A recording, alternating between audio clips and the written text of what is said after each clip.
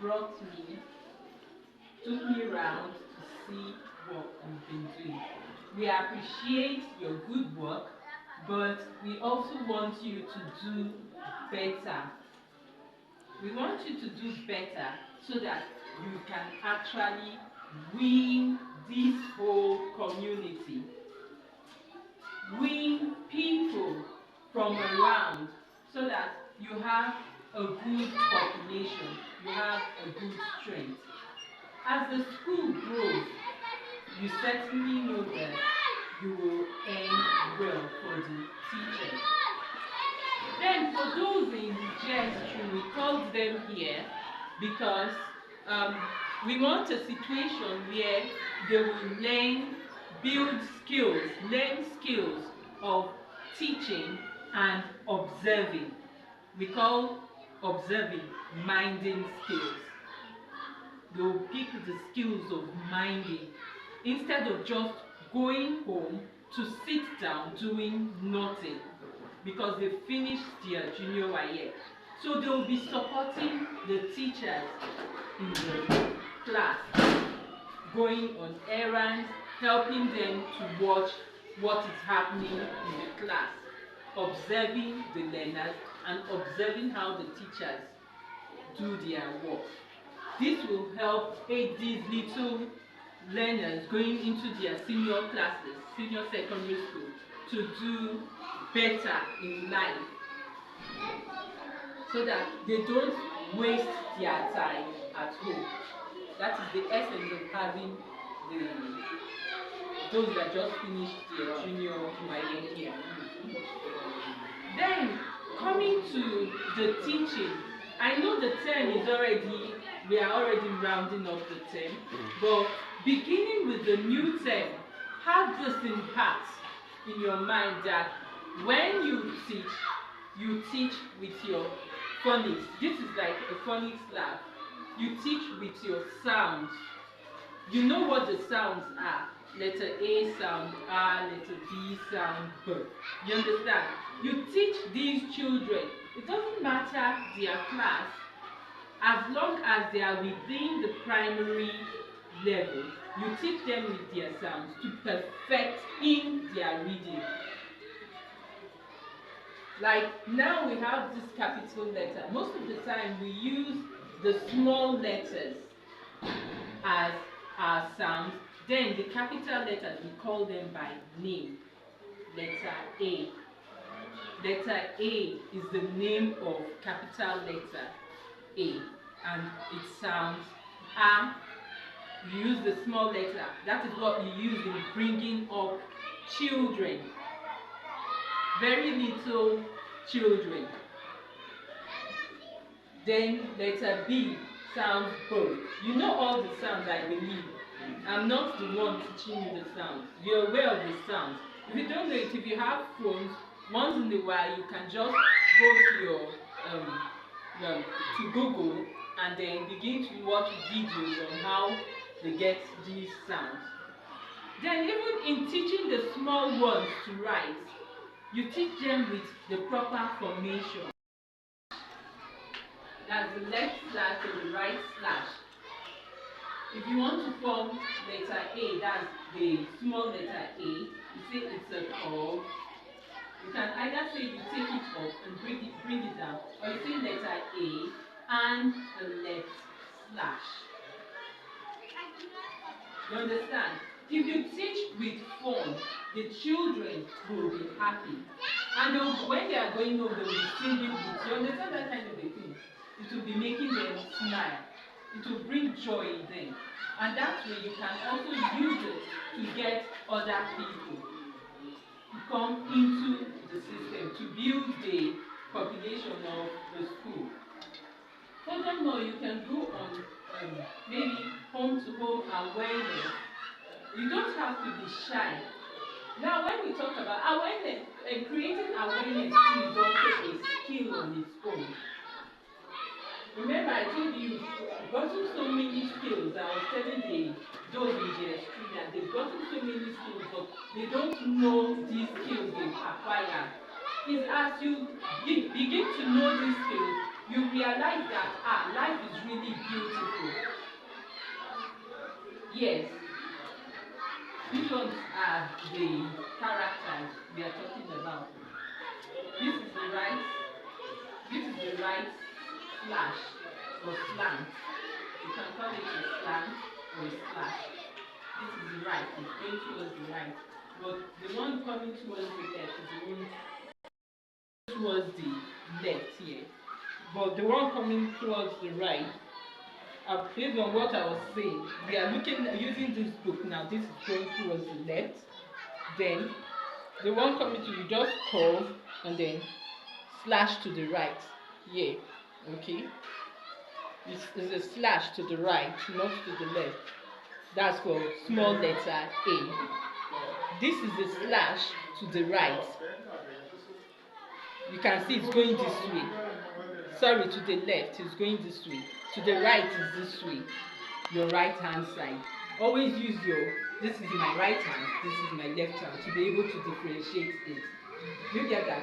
So if you're writing a small letter, it's a curve and then a slash coming to the right. I was trying to do it this way because I am facing you. So depends on the direction you are. It's a curve this way and the slash to the left because I'm facing you.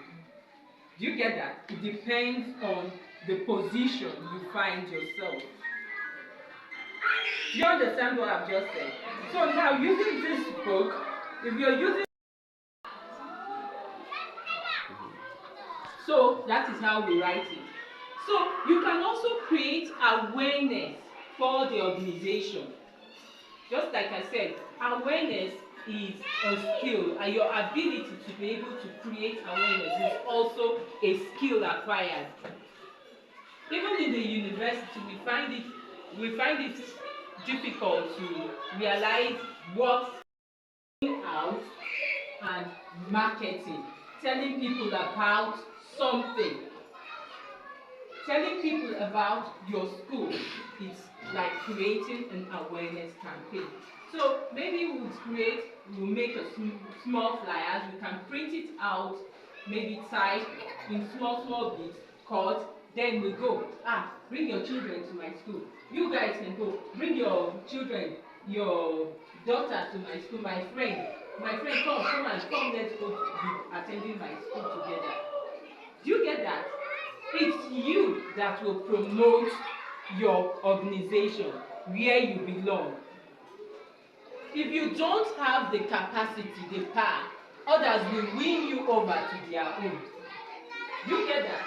You must show strength in what you believe and in where you belong. You get that? So we must learn to create awareness. So instead of a phonics lab, it's going to be a library, but in every class from basic 1 to basic 6 or 5, wherever it stops, you should be able to teach the kids with the sound, even as they are spelling words. For instance, if you are looking at this diagram, this is an igloo. It's an igloo. You want to teach them, you say E, letter I sounds E. The sound for letter I is what? E. It sounds E. Letter G sounds G. G. Then you know the sound for letter L. L. L. Then the double O is U. Igloo.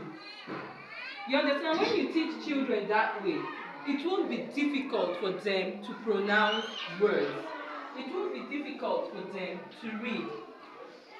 And when they begin to read, they read with their proper punctuations. It's punctuations that guide their reading. If you change the punctuation, the meaning of the sentences changes. And then also, try as much as you can not to call any of your child or learner dumb, mad, stupid. There's something wrong with you. If you say are you mad, doesn't mean you are calling the person mad. Do you understand? Mhm. So be careful how you relate with them, and also build the attitude of um, respect is reciprocal. I'll respect the kids, they will respect me. In as much as I am an adult, doesn't mean I should talk to them anyhow, or I should or give them the opportunity to talk to me anyhow. I must make them realize that I am older than them, they must give me my respect, and I will also respect them. Do you get that? That way, you live with peace of mind, a free heart with the learners, and then they also learn these attitudes from you and take it out. People will admire them outside. So these are just the little things I have to say for now. Then good for the learners via weekly. How we do it is every topic they taught you teach based on how the child performs on that topic. You just write out the topic, maybe write the child's performance, maybe on maybe an exercise. If there's no exercise, if it's just the reading, you just say you can just use good.